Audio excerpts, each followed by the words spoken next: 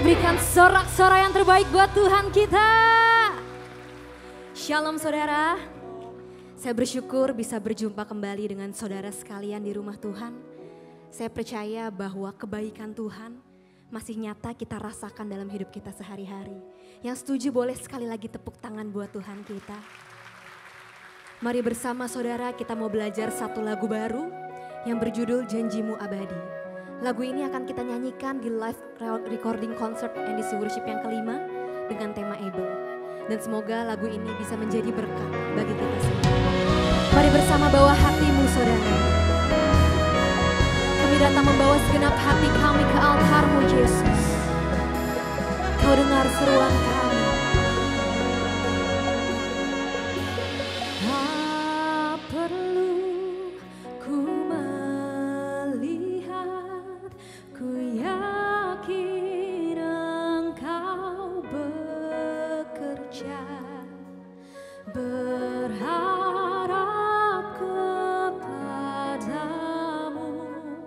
kekuatan jiwaku. Kau Tuhan tak pernah berubah, janjimu abadi selamanya. Kau pegang hidupku, menjagaku di tangan-Mu, ku berserah. Kami menyerahkan hidup kami ke dalam tangan-Mu Tuhan. Mari bersama-sama kita nyanyikan saudara. Tak perlu ku melihat, ku yakin Engkau bekerja, berharap kepadamu, kekuatan jiwaku. Nyatakan bersama, Kau Tuhan tak pernah berubah, janjimu abadi selamanya. Kau pegang hidupku, menjagaku di tangan-Mu, ku berserah. Kau tak berubah Tuhan, Kau Tuhan tak pernah berubah, janjimu abadi dalam hidup kami Tuhan. Selamanya Kau pegang hidupku, menjagaku di tangan-Mu, ku berserah. Mari bersama kita bangkit berdiri dalam hadirat Tuhan.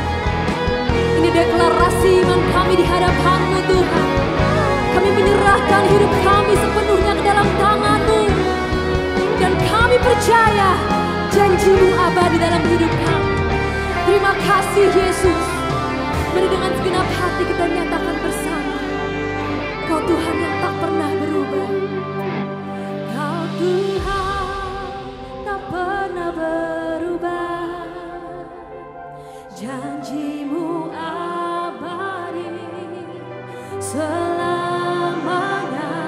Kau pegang hidupku, menjagaku di tangan-Mu, ku berserah. Kau Tuhan tak pernah berubah, janji-Mu abadi selamanya. Kau pegang hidupku, menjagaku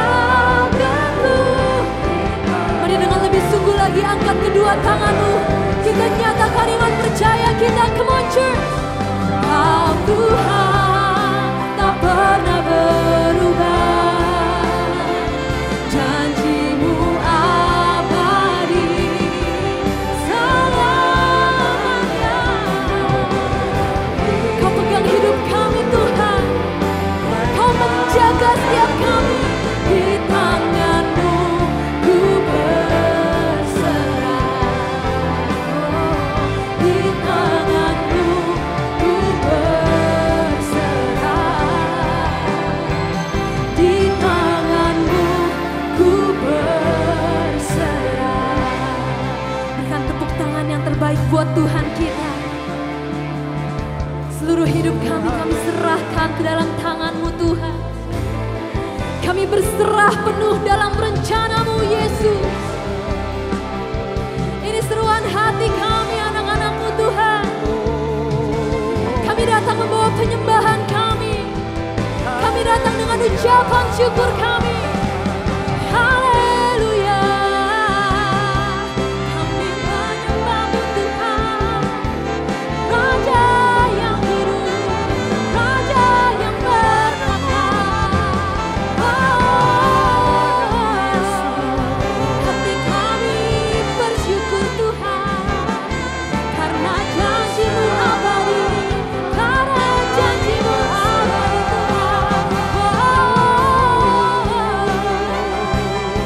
Kau dengar seruan hati kami, kami naikkan syukur kami ke hadirat-Mu.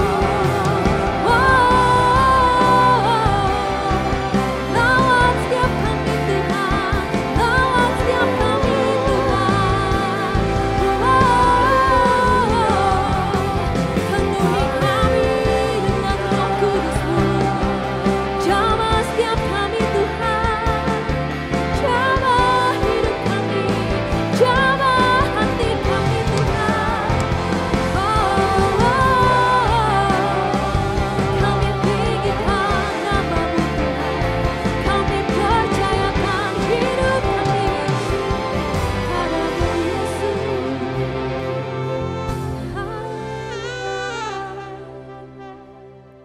Ini deklarasi iman kami di hadapan-Mu Tuhan.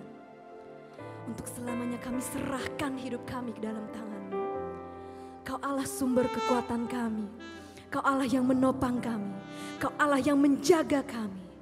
Dan sebentar lagi Tuhan, kami rindu untuk memuji nama-Mu.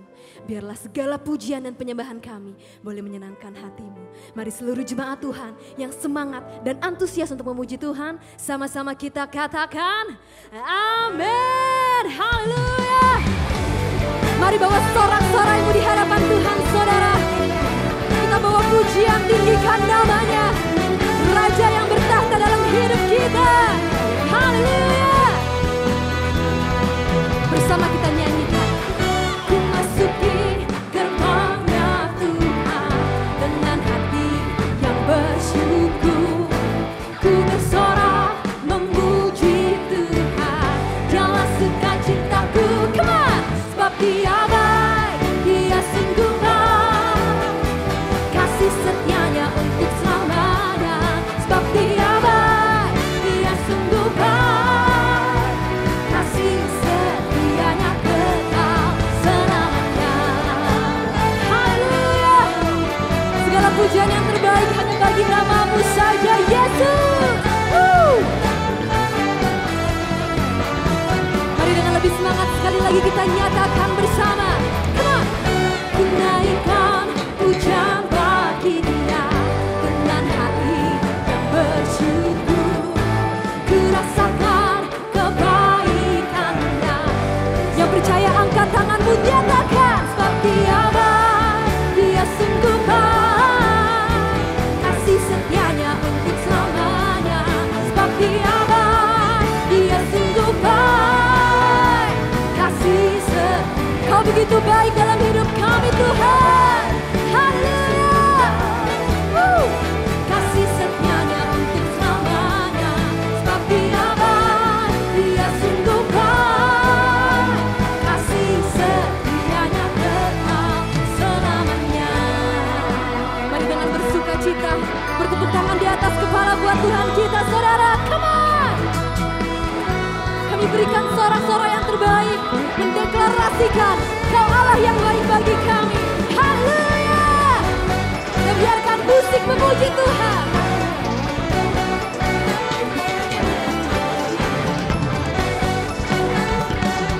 Kasih Tuhan tidak pernah berubah dalam hidup kita. Amin, saudara. Kasih-Nya tak pernah berubah, tulus sekarang dan selamanya. Terpujilah Tuhan, terpujilah Yesus. Oh, terpujilah Tuhan, terpujilah Yesus. Terpujilah nama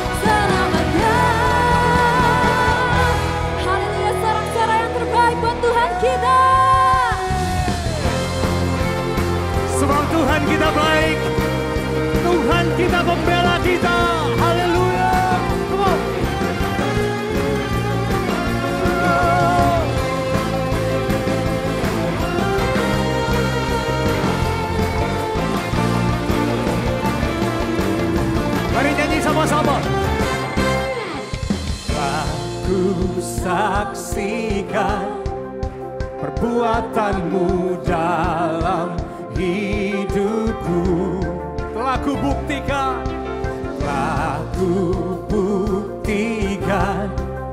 betapa besar kuasa-Mu Tuhan. Come on! Dan ku nyatakan semuanya, serukan Tuhanlah pembelaku, ku tak takut, takkan gentar.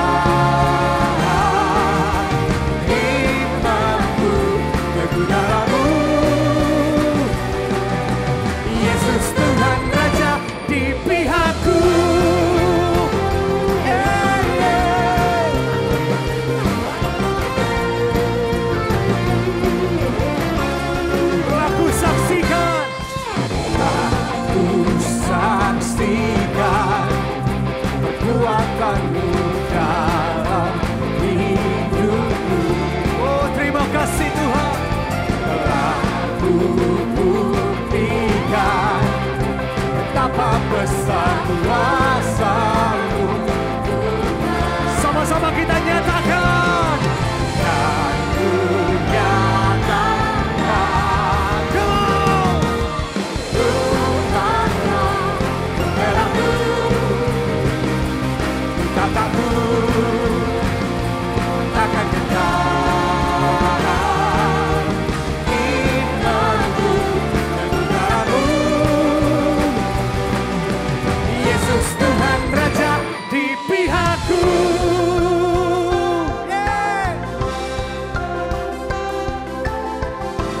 Saudara percaya Tuhan adalah pembela kita. Kalau Tuhan ada di pihak kita, siapa yang menjadi lawan kita? Amin.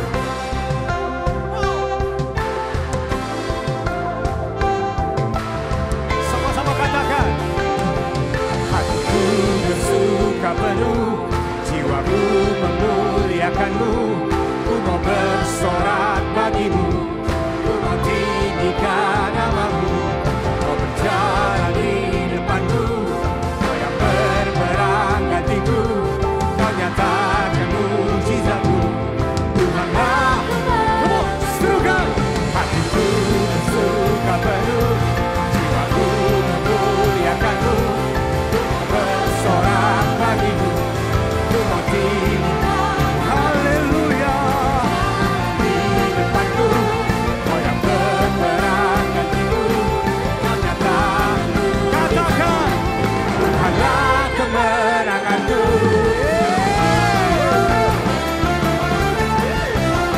Tuhanlah sumber kemenangan kami.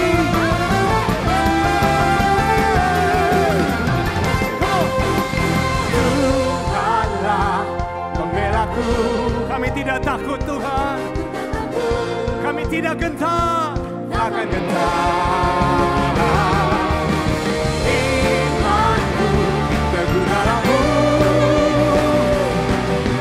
Yesus Tuhan Raja di pihakku.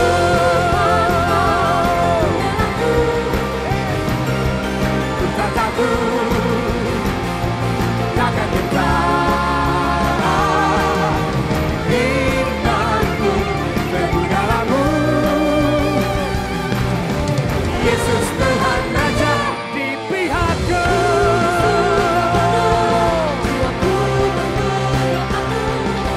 Bersorak bagi-Mu, ku mau tinggikan nama-Mu. Kau berjalan di depanku, Kau yang berperang gantiku. Kau nyatakan, serukan, Tuhanlah kemenanganku.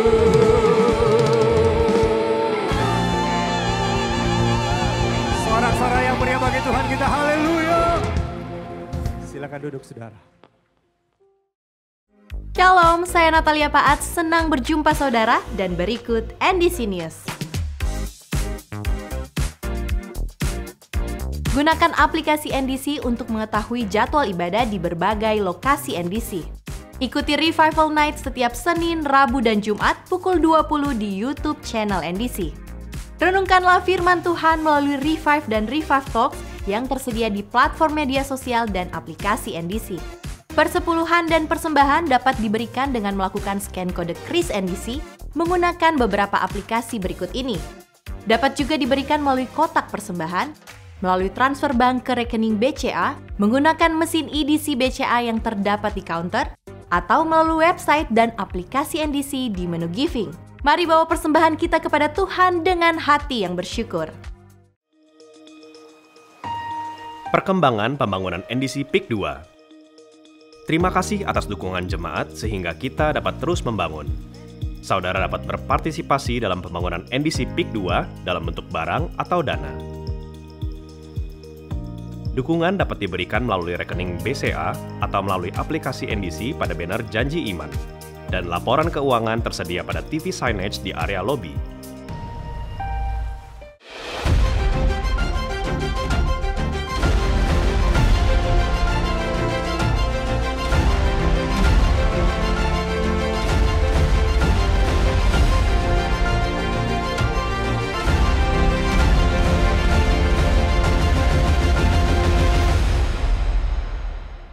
Sistem penggembalaan dan pemuritan di NDC adalah melalui CORE, Community of Revival.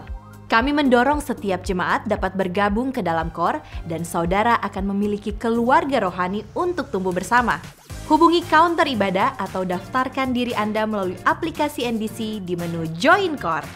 Untuk mendapatkan foto-foto ibadah di NDC, saudara dapat follow akun Instagram NDC Lenses.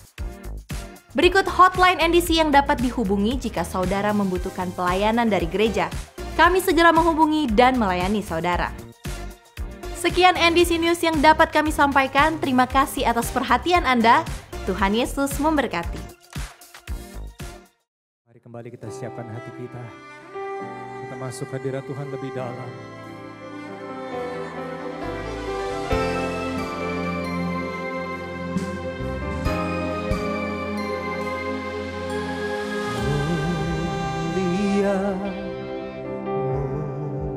Mulia bagi anak domba, mulia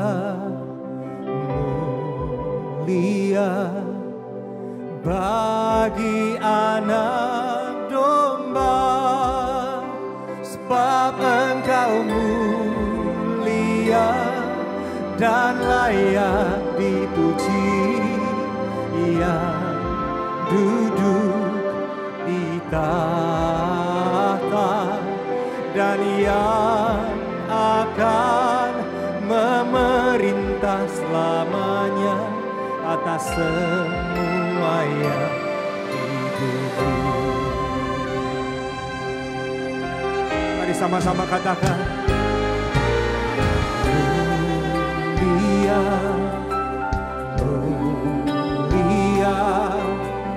bagi anak domba,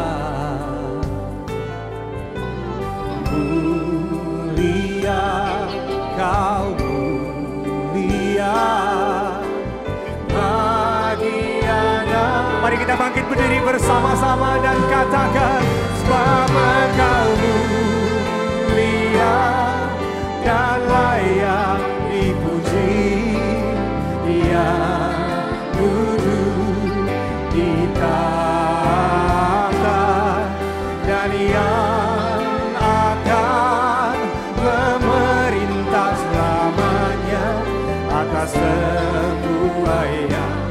Oh Yesus, Kau mulia, oh yang layak kami puji, yang duduk di tahta dan yang akan memerintah selamanya atas semua yang di bumi. Ini kami umat-umat-Mu Tuhan, kami mau sehati menyatakan, Yesus, Engkau Allah yang mulia, Allah yang mulia, layak disembah, layak ditinggikan. dinaikkan, layak diagungkan.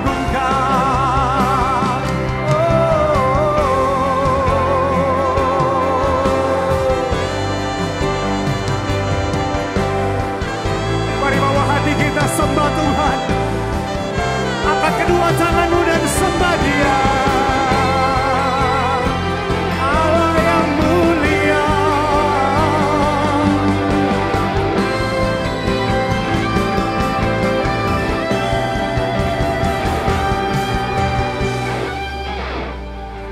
Sebab Engkau-Mu yang layak kami puji,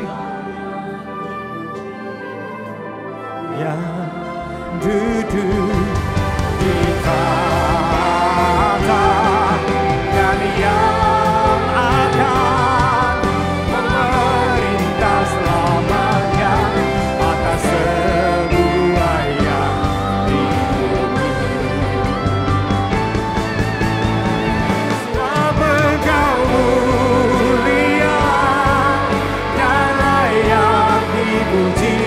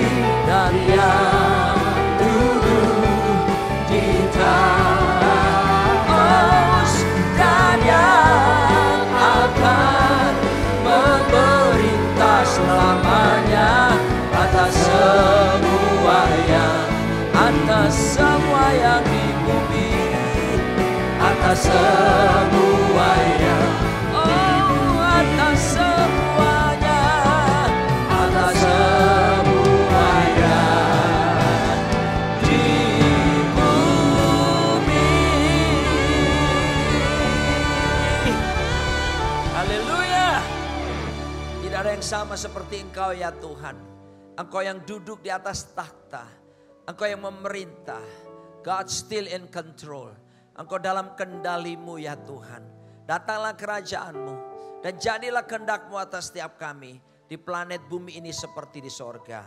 Berfirmanlah Tuhan, biar mata hati kami menjadi terang ya Tuhan. Karena kebenaran-Mu memerdekakan setiap kami. Dalam nama di atas segala nama, Raja di atas segala raja, Tuhan kami Yesus Kristus. Katakan bersama-sama.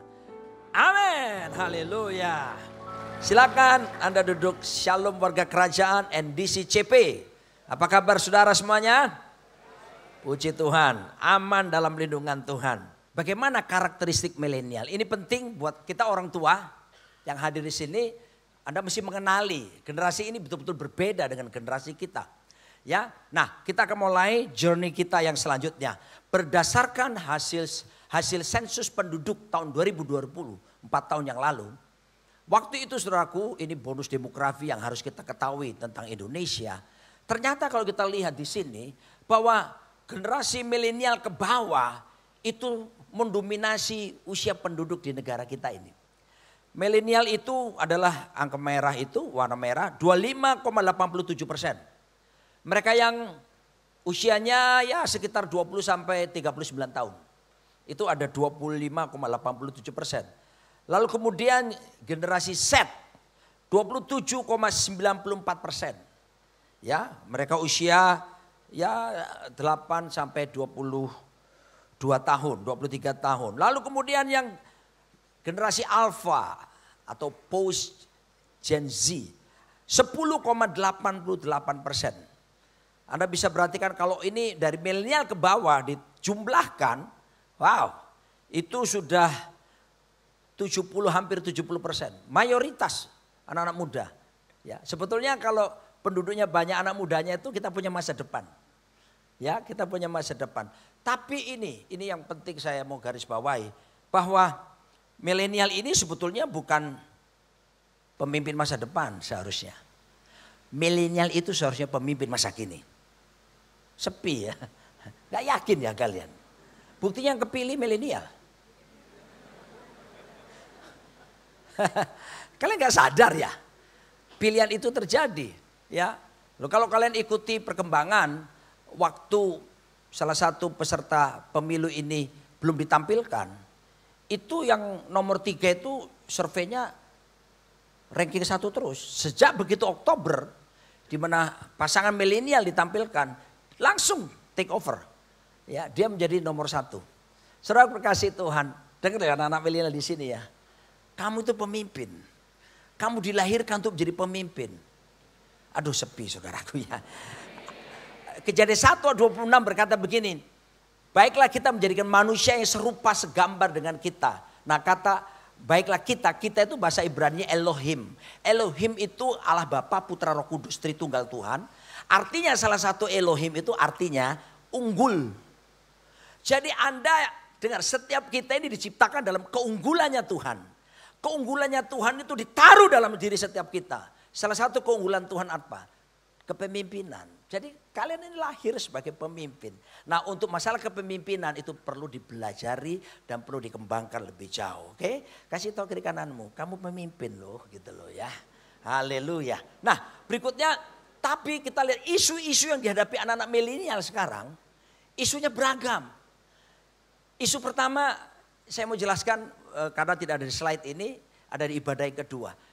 Anak-anak milenial sekarang dekat dengan Kristen progresif. Kenapa?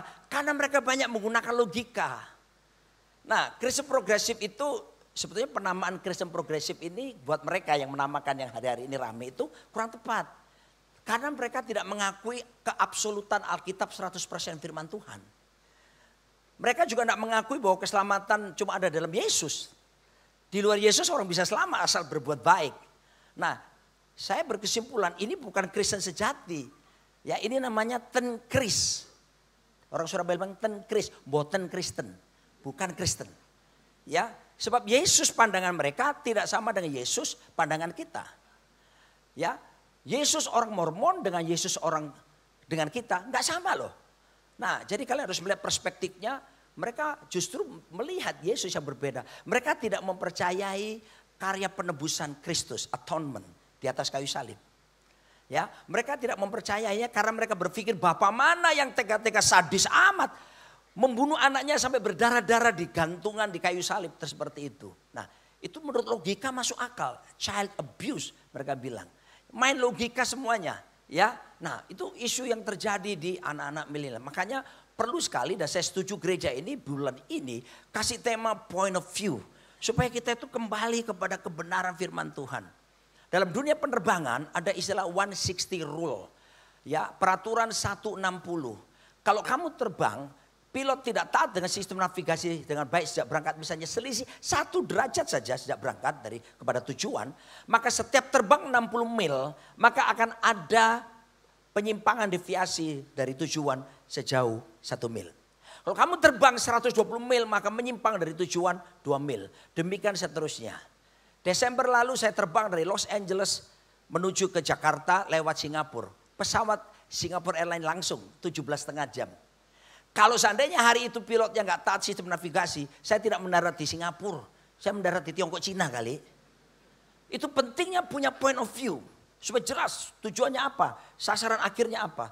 Makanya anak-anak milenial, point of view yang paling bertanggung jawab adalah selaraskan pikiranmu, selaraskan perasaanmu, selaraskan bahkan kehendakmu kepada firman Tuhan. Karena itulah jawaban. Karena firman itu adalah Tuhan itu sendiri. Firman Tuhan itu adalah Yesus Kristus itu sendiri. Menolak keabsolutan firman, dia sama dengan menolak Yesus Kristus sebagai Tuhan dan Raja. Oke? Nah, kemudian isu-isu Kristen, ada seorang bernama Nadia Wolf-Weber. Dia menulis buku namanya Shameless. Dan di buku ini dia bilang begini, orientasi untuk mengekspresikan perilaku seksual jangan hanya cuma pada satu orang, dia bilang.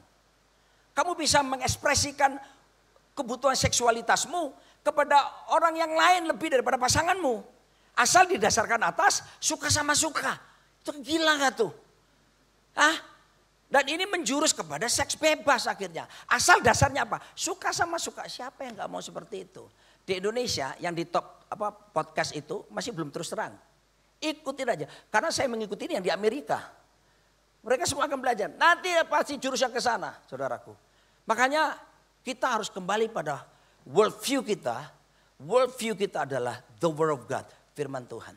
Bahkan saudaraku, Shameless, Nadia Wolf-Weber ini dalam bukunya menulis pengekspresian kita, aktualisasi seksualitas kita selain kepada orang yang suka sama suka.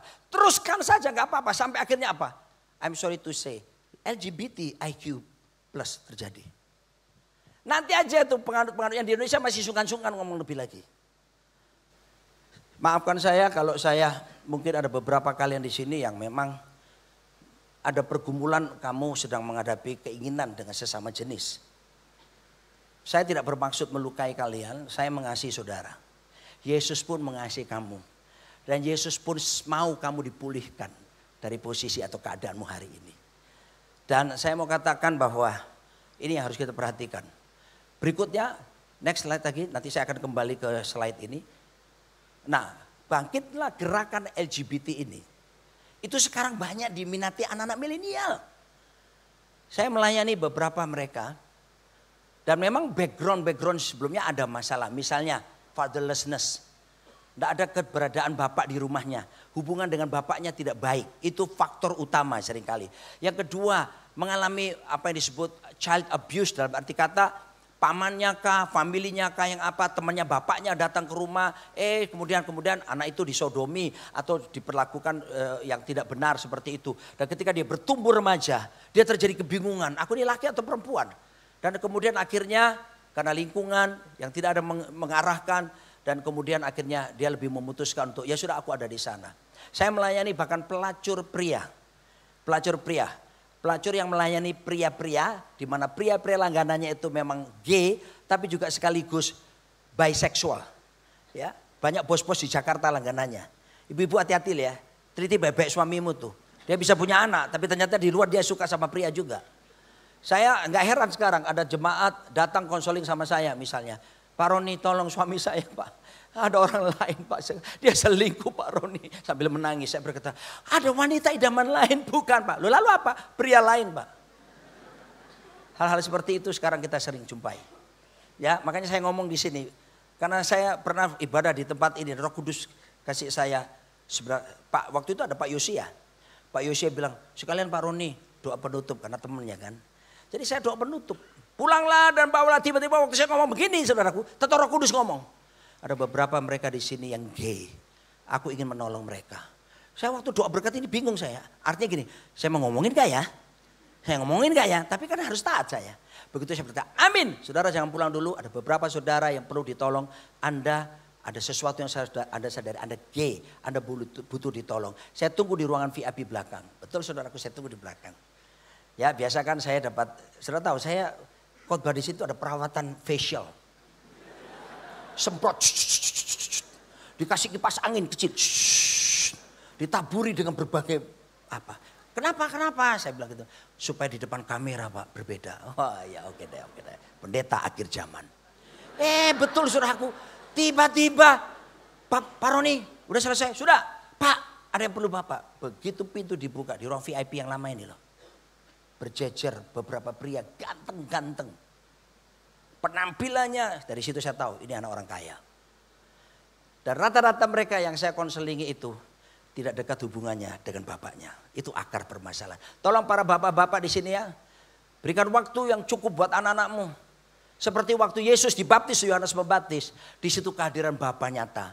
This is my beloved son. Inilah anak yang kukasihi. Kepadanya aku berkenan. Bapa di surga hadir di situ. Oke, saya lanjutkan lagi. Nah, kaum LGBT ini ada 3 level. Pertama, mereka yang simpatisan. Siapakah simpatisan? Mereka yang mungkin familinya. Ada kecenderungan itu. Atau anaknya. Atau sahabatnya. Simpatisan. Tapi yang kedua adalah para pelakunya sendiri. Yang ketiga ini yang harus diwaspadai. Yang ketiga ini adalah para penyebar ideologi ini. Mereka dengan masifnya. Dengan sengajanya. Dan mereka punya pendanaan yang luar biasa. Dan saya harus ngomong di sini. Mereka bisa masuk kepada pemerintah-pemerintah. Mereka pakai alat-alat untuk perpolitikan. Untuk bisa tembus ke sana. Sebab mereka punya pendanaan yang dahsyat dan luar biasa. Ya. Dan pada umumnya penyebar ideologi daripada LGBT. Mereka mengatakan kenapa orang bisa LGBT. Please sekali lagi ya. Saya mengasihi kalian kalau ada di sini. Kalian bisa diubahkan. Percayalah. Tuhan bisa merubahkan semuanya. Supaya kembali seperti kehendak Tuhan. Kenapa kamu diciptakan di muka bumi. Nah ada 3 alasan yang sering dipakai oleh mereka. Untuk membenarkan perilaku mereka. Yang disebarkan oleh penyebar ideologi. Yang pertama, mereka bilang apa? Struktur otak berbeda. Kami ini struktur otaknya berbeda dengan kalian. Saudaraku, waktu pernyataan ini dibuat, ini sekitar tahun 60-an di Amerika. Waktu itu saudaraku, gay masih dianggap, di Amerika dianggap kelainan jiwa waktu itu. Jadi buku dasar tentang psikologi di SA itu masih menyebutkan bahwa ini kelainan jiwa. Tapi sesudah itu saudaraku, kalau kuliah di psikologi di sini kalian pasti tahu tuh. Terjadi perubahan sehingga LGBT itu dianggap perilaku yang normal, wajar. Ya, bahkan saudaraku di Indonesia ini mengejutkan, saya harus sampaikan di sini. Kira-kira 6 tahun yang lalu sebelum pandemi, Persekutuan Gereja-Gereja Indonesia yang kita hormati PGI itu dan kita ada di bawah mereka menerbitkan surat pastoral. Surat pastoral Pak. Dan mereka menyatakan di surat pastoral PGI bahwa homoseksualitas atau LGBT itu karunia Tuhan. Dan kita dari Sinode Gereja Betel Indonesia melayangkan surat untuk mencabut pernyataan itu sampai hari nggak ditanggapi. Setelah aku dikasih Tuhan, kalian bisa lihat udah sampai ke PGI nih, induk daripada organisasi aras nasional daripada di Indonesia. Jadi ini memang ada. Ini memang realitas yang harus kita hadapi. Dan perhatikan anak-anak muda di sini. Ternyata pada waktu 60-an teknologi kedokteran tidak maju. Sekarang nggak perlu nunggu orang mati dibuka tengkoraknya. Sekarang ini sudah ada alat-alat canggih mulai dari apa? MRI, CT scan atau apapun yang bagian kepala kalau ada dokter di sini. Mereka sudah bisa membuktikan bahwa dalam dunia kedokteran modern bahwa struktur otak mereka yang gay dengan yang tidak sama. Jadi bukan masalah struktur otak. Alasan pertama gugur. Alasan kedua yang mereka hormonal. Aduh hormon kita terjebak Pak. Saya badan laki-laki tapi terjebak. Saya sebetulnya perempuan tapi terjebak di badan laki-laki Pak. Saya beritahu saudara teknologi kedokteran sekarang telah menemukan ada suntik hormon. Yang bisa terus diterapi sampai akhirnya kamu bisa kalau laki-laki ya betul-betul laki-laki. Kalau kamu perempuan ya kamu betul-betul perempuan. Pendapat mereka nomor 2 gugur. Yang ketiga. Mereka berkata, ini alasan di seluruh dunia mereka pakai ini 3 alasan utama. Yang ketiga adalah faktor DNA, ini keturunan. Keturunan kami seperti itu maka jadi seperti ini. Dan diteliti saudaraku. Ternyata faktor keturunan pun tidak menentukan seseorang langsung menjadi gay. Dengar baik-baik saudaraku, akarnya apa kalau begitu Pak? Dari semua alasan mereka sampaikan ini ternyata tidak terbukti benar. Cuma satu akarnya adalah DOSA, dosa. Dosalah. Dari kejatuhan manusia pertama kali itu yang dibujuk rayu oleh iblis itu terjadilah dosa keturunan yang terus-menerus terjadi. Dosa asal. Perhatikan, Kristen progresif tidak percaya dosa asal. Kristen progresif cuma percaya berkat asal katanya. Apa Pak berkat asal? Berkat asal itu begini. Tuhan menciptakan manusia, langit, bumi dan segala isinya kan baik. Baik semuanya. Bahkan amat baik kalau menciptakan manusia. Nah nanti mereka berkata begini, tidak ada sorga, tidak ada neraka, tidak ada penghakiman terakhir. Yang ada adalah nanti orang jahat, orang baik pun, siapapun mati, nanti ketemu Tuhan lagi bersama-sama Tuhan lagi. Kalau begitu saudara, sekalinya jahat aja kan. Seperti kita Wahyu bilang, kalau kamu mau jahat sekalian. Nggak ada yang setengah-setengah yang jadinya campur-campur. Nah ini perlu kita luruskan semua kebenaran ini agar supaya kita jangan terjebak dengan pandangan-pandangan yang beredar pada hari-hari terakhir ini. Jadi lebih bijak dan tentukan atau usahakan kamu terus menyelaraskan diri dengan standar tertinggi. Kalian harus tahu bahwa semua undang-undang kebanyakan di dunia bisa diamandemen. Termasuk Undang-Undang Dasar 45 sudah berapa kali mengalami amandemen. Dan tergantung nanti pemerintah mana yang menang. Bila ada pemerintah yang akhirnya tidak condong dengan kekristenan, bisa jadi saudara mayoritas maka pemerintahan yang berdasarkan agama bisa terjadi di Indonesia. Dan totalitas Undang-Undang Dasar 45 bisa diganti. Bisa jadi loh. Tapi ada satu undang-undang yang tidak benar bisa diganti. Undang-undang itu akan tetap abadi. Undang-undang itu adalah firman Tuhan. Amin. Oke, saya lanjutkan lagi. Jadi semua teori yang mereka bangun itu tidak bisa dibuktikan. Ya, dan bahkan bisa diselesaikan sekarang dengan dunia medis. Dan kalau kita seharusnya memang kalau ada yang melayani seperti itu gak cukup didoakan. Pengalaman saya gak bisa dalam nama Yesus roh homoseks, roh gay keluar apa. Gak bisa sudah. Perlu dibimbing, dibapai, dimentori, didampingi. Dan harus dilepaskan dari komunitasnya yang lama. Lepasnya sistem apa? Orang Surabaya bilang del. Pernah tahu anjing yang potong ekornya itu? Del. Udah gak ada kontak dengan teman lama lagi. Gak bisa. Ditemukan dengan lingkungan yang baru. Baru dibimbing dengan baik. Dituntun dengan baik. Sebab memang tidak semudah membalik tangan. Tapi yang penting pembapaan, fathering, ministry kepada mereka. Supaya mereka menemukan identitas yang sesungguhnya. Mereka dicipta serupa, segambar dengan Tuhan itu sendiri. Kasih tahu kiri kananmu, kamu dicipta serupa, segambar dengan Tuhan. Kasih tahu. Ya. Dan kasih tahu gini, Tuhan tidak gay. Lanjut lagi. Nah, terus apalagi perilaku apalagi yang sekarang terjadi? Ya, child free. Menikah, tapi memutuskan bersama, tidak punya anak. Come on, hati-hati. Ini menentang prinsip firman Tuhan Kejadian 1 ayat 28. Maka Allah memberkati mereka. Lalu Allah berfirman kepada mereka, beranak cuculah dan bertambah banyak. Penuhilah bumi dan taklukkanlah.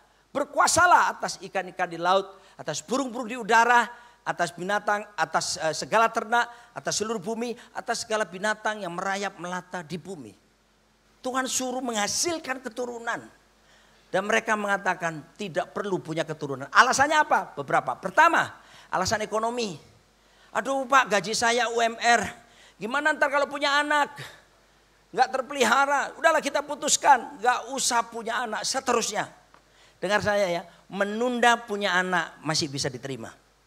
Kamu menghitung waktu yang tepat, kapan tepat, kalian mau menikmati berdua lebih dulu, berpacaran lebih lama, karena menikah itu bukan berhenti pacaran, menikah itu adalah berpacaran yang terus menerus. Makanya saya kalau kenalkan istri saya ke orang lain, saya tidak bilang, Ini silakan istri saya mantan pacar. Saya tidak pernah bilang gitu. Banyak bapak-bapak kenalkan istrinya kepada saya. Pak Roni, ini adalah istri saya mantan pacar. Dalam hati saya, kasihan deh ibunya. Apa maksudnya? Kalau mantan pacar, kemesraan telah berlalu. Padahal kunci C. Ibu-ibu yang sudah menikah tolong angkat tangan. Ibu-ibu yang sudah menikah.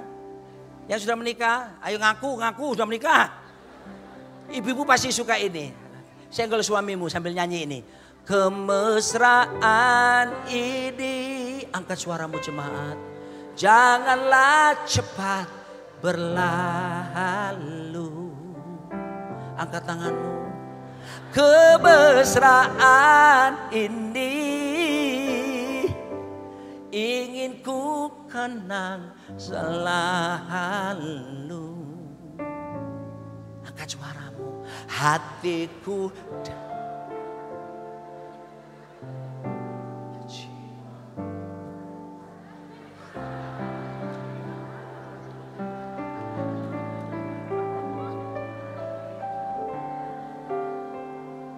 kamera ke sini.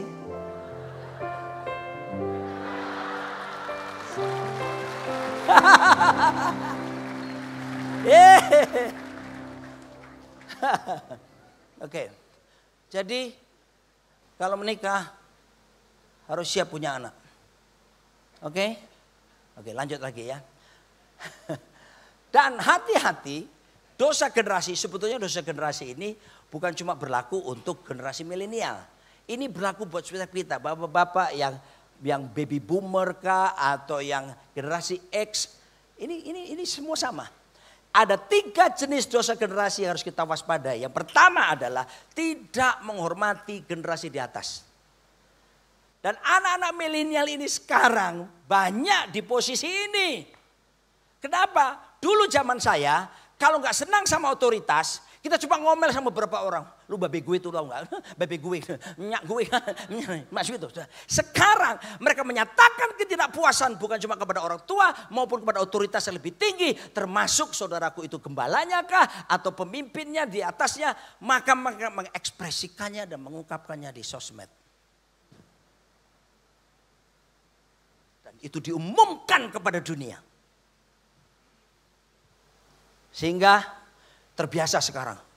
Sudah lihat komen-komen itu. Hati-hati loh ya anak muda. Ketika kamu keluar dari jalur otoritas. Kamu sedang mengizinkan kuasa si jahat mendominasi kehidupanmu. Bolehkah ada yang ke kamar pendeta tadi? Minta tolong buka tas saya. Di situ ada payung. Payung Pak. Saya bawa payung. Bukan cuma cewek yang bawa payung. Tapi saya bukan gay. Yang harus melambai bawa cewek. Tidak. Untuk ilustrasi khotbah. Oke. Nah, tidak menghormati generasi. Alkitab bilang apa? Anak-anak muda dengerin ya. Ini firman Tuhan. Bukan karena saya ini seorang bapak dari 3 orang anak milenial. Atau seorang kakek dari 2 orang cucu. Tapi ini kebenaran berkata. Efesus 6 ayat 2-3. Hormatilah ayahmu dan ibumu. Ini adalah suatu perintah yang keras anak muda apa? Penting, ini ditekankan penting. This is very important message for you all. Seperti yang nyata dari janji ini. Supaya kamu berbahagia. Dan panjang umurmu di bumi. Double blessing kalau kita hormati otoritas kita di atas. Apa itu? Wow, apa? Bahagia. Lalu umur panjang. Thank you Pak. Saudara, ada orang berbahagia tapi ada umur panjang. Ada orang umur panjang tapi gak bahagia. Dua-duanya gak enak. Tapi yang sedap adalah kamu bahagia, kamu umur panjang. Dan itu berkat datang dari Tuhan bagi kita menghormati orang tua kita. Gak peduli orang tuamu mungkin pendidikannya gak sampai SMA. Kamu bisa lulus Amerika, lulus Eropa, Australia. Hormati dia bagaimanapun dia orang tuamu. Kamu tidak mungkin hadir hari ini. Kamu tidak mungkin lahir hari ini tanpa mereka. So, hormati orang tuamu. Tapi saya juga berkata kepada orang tua di sini. Jangan langsung dengerin tuh anak. Kurang ajar. Nah. Efesus pasal 6 ayat 4 berkata. Hai bapak-bapak. Jangan sakiti hati anak-anakmu. Jangan lukai mereka. Dampingi mereka. Ya, jangan kita menindas mereka. Supaya balance ya. Nanti pulang jangan sampai anak-anak itu gak fair tuh pendeta cuma khotbahin kita dikhotbahin, mana papa mamanya gue enggak ada di saya khotbahin. Ya, orang tua jangan tekan anakmu sampai dia jadi sakit hati. Oke, jangan paksakan kehendakmu supaya dia jadi seperti ada yang mau. Jangan paksakan. Seperti saya seorang pendeta, I'm a full time pastor. Saya enggak bisa ngomong anak saya nomor 1, nomor 2, nomor 3. Mereka memilih jalan hidupnya. Yang nomor 1 berkata, David, kamu pengen jadi apa? Pak, aku pengen jadi bisnismen. Ya udah, saya bilang, tidak bisa. Aku bapakmu. Siapa yang melanjutkan nanti jadi pendeta? Apalagi terus dibumbui pakai pendeta kayak begini ini. Waduh, tak ngeri dia langsung. Wah, dengerin papa hamba Tuhan. Udah nggak bisa lah, nggak cocok sekarang. Lepas, nangkutin milenial. Milenial jadi takut, ntar masukin. Makanya lihat audiens kalau banyak orang tua yang sudah jalannya gini pakai tongkat, nah saya pakai ini tadi. Oke, hormati orang tuamu, tapi orang tua melepaskan kasih, ya tidak memaksakan kehendak. Oke, yang berikutnya dosa generasi kedua harus hati-hati, tidak melayani generasi ini. Aduh, kenapa Raja Daud itu? Daud itu pernah buat dosa loh. Istrinya orang diambil, gila nggak tuh? Nah, dia lihat cewek mandi. Au.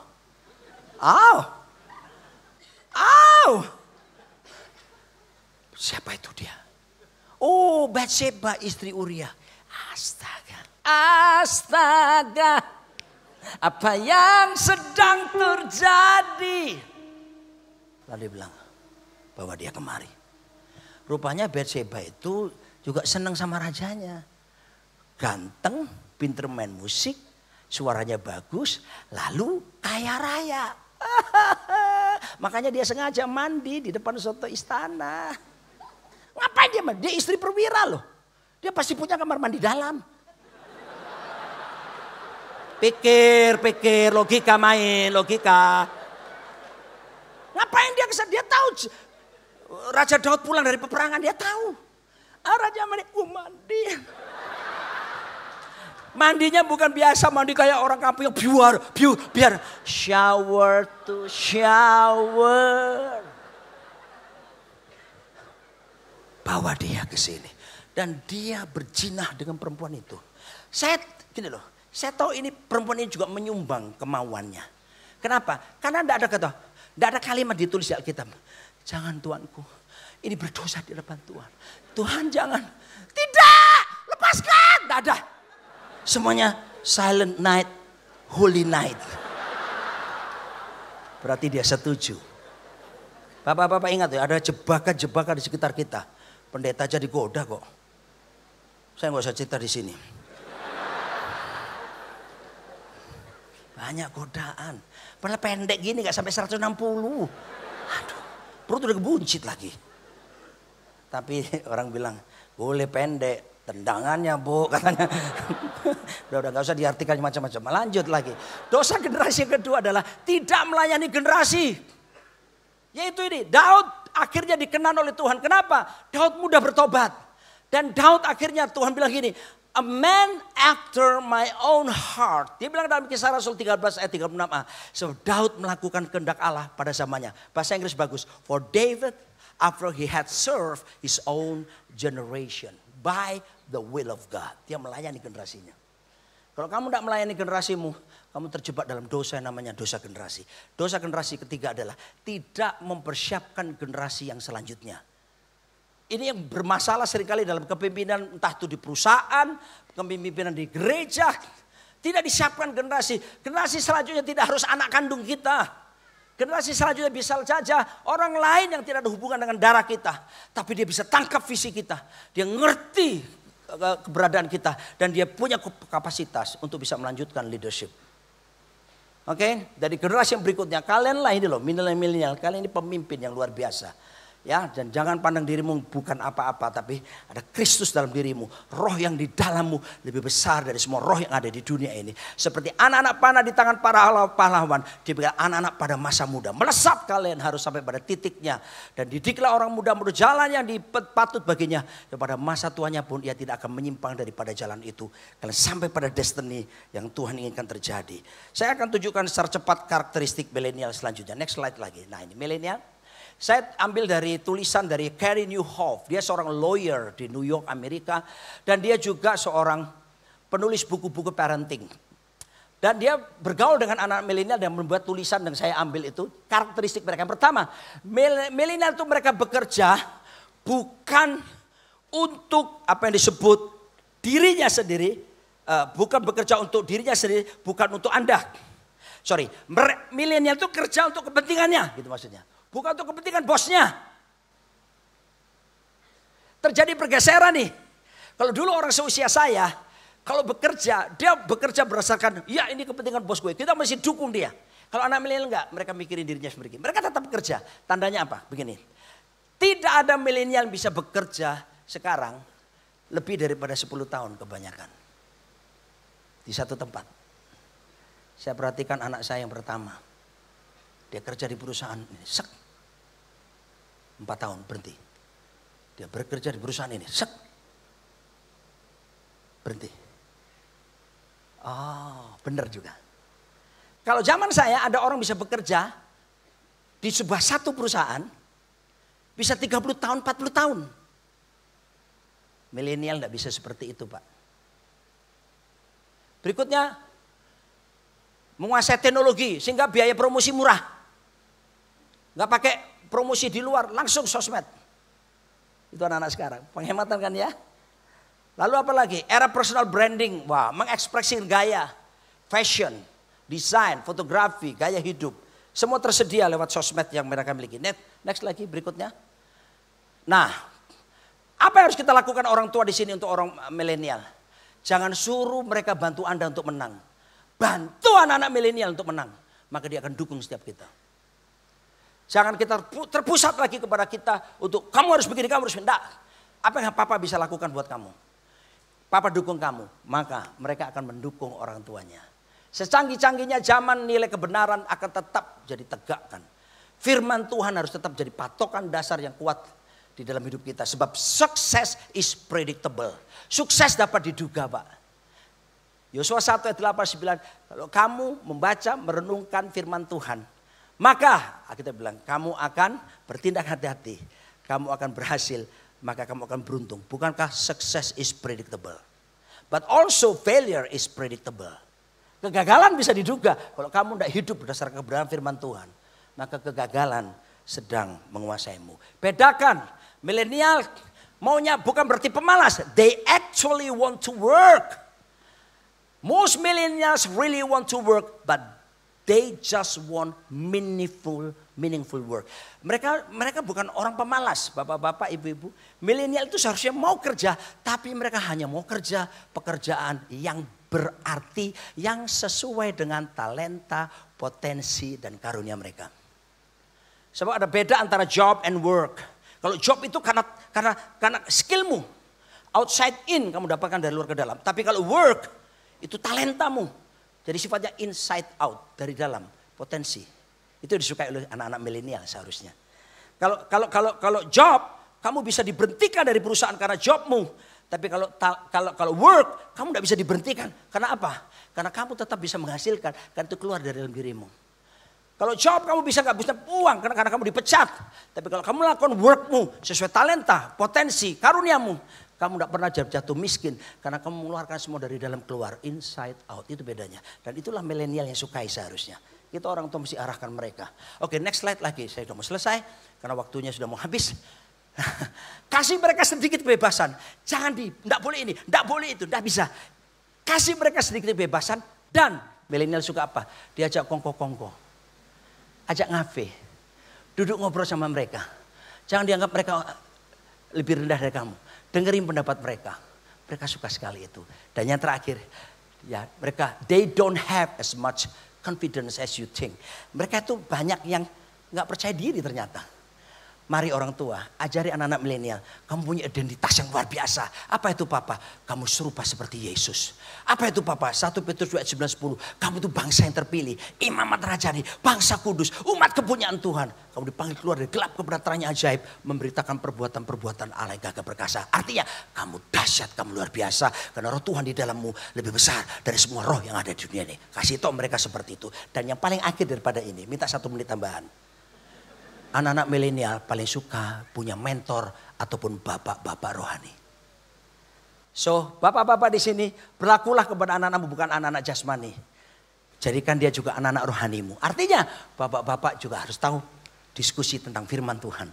Mama-mama ajari anak-anakmu tentang kebenaran firman Tuhan. Supaya mereka bisa ngomong banyak hal. Dan mereka jadi anak jasmani kita.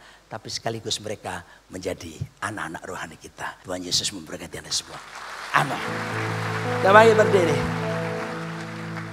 Ku mau mengikuti kehendak-Mu ya Bapa.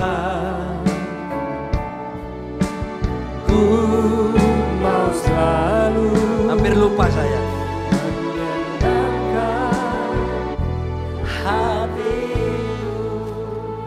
Ketika kamu belajar mengobati otoritas, kamu hidup di bawah otoritas. Otoritas akan terjadi kalau kamu belajar hidup di bawah otoritas. Dan ketika kamu hidup di bawah otoritas, kamu terlindung dari hujan, dari badai. Kamu terlindung dari serangan iblis.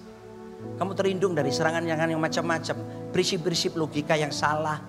Pengajaran-pengajaran yang salah. Kamu belajar tunduk pada otoritas. So jangan membenci otoritas. Belajarlah tunduk pada otoritas. Dari situ kamu mendapatkan otoritas yang sesungguhnya. Amin. Lanjut Adi. Ku mau mengikuti kehendak-Mu ya Bapa. Ku mau selalu menyenangkan hati-Mu. Mari kita berdoa. Bapa, kami bersyukur untuk siang hari ini kalau kami boleh mendengarkan apa yang menjadi isi hati-Mu untuk setiap kami. Terima kasih ya Tuhan, kami diingatkan untuk menjadi generasi yang tunduk terhadap otoritas. Kami mau Tuhan Yesus agar kami boleh berjalan dalam otoritas-Mu Tuhan, dalam perlindungan-Mu ya Bapa. Kami juga mau menjadi orang-orang Tuhan Yesus yang menjaga generasi ini, melayani generasi ini ya Bapa. Terima kasih ya Tuhan untuk firman-Mu ini, biar menjadi rema dalam kehidupan kami. Kami dengar, menginspirasi kami, menggugah hidup kami, mengubah action kami ya Bapa. Terpujilah nama-Mu ya Tuhan. Hanya di dalam satu nama, Tuhan Yesus Kristus. Sama-sama kita katakan, amin. Silakan duduk Bapak Ibu Saudara sekalian. Terima kasih untuk Pastor Roni Daud untuk firman-Nya yang luar biasa. Saya diberkati, saya percaya saudara juga belajar sesuatu yang baru siang hari ini. Saudara yang diberkati, boleh lihat tangan yang diberkati dan sekali lagi kita berikan tepuk tangan kemuliaan buat Tuhan kita. Haleluya. Saya juga ingin menginformasikan kepada saudara kalau saudara ada masalah, ada problem, ada sesuatu yang butuh dukungan doa. Saudara bisa scan QR yang ada di layar ini, ada ratusan pendoa yang siap untuk mendukung saudara dalam doa. Dan kita percaya bahwa setiap masalah yang didoakan pasti akan berbeda. Kita pun akan lebih kuat saudara. Saya juga ingin menghimbau Bapak Ibu Saudara untuk boleh mengikuti Revival Night. Setiap Senin, Rabu, dan Jumat. Ada begitu banyak hal yang terjadi dalam hidup kita di hari-hari biasa saudara di marketplace. Dengan kita mengikuti ibadah, kita memuji, menyembah Tuhan bersama-sama. Saya berdoa, saya yakin saudara dikuatkan. Memiliki kekuatan di tengah minggu untuk boleh menjalani setiap hari dan kehidupan kita saudara. Ada amin saudara? Amin. Mari saya undang bangkit berdiri, kita akan mengakhiri ibadah kita. Mari kita tundukkan kepala kita dan berdoa. Bapa di dalam surga, kami sekali lagi mengucap syukur untuk setiap kebaikan-Mu Tuhan. Kami boleh ada berdiri hari ini semua karena anugerah dan kasih karunia-Mu Tuhan. Sebab Engkau baik dalam kehidupan kami. Dan siang hari ini Tuhan Yesus kami juga mau berdoa buat Pastor Roni Tuhan.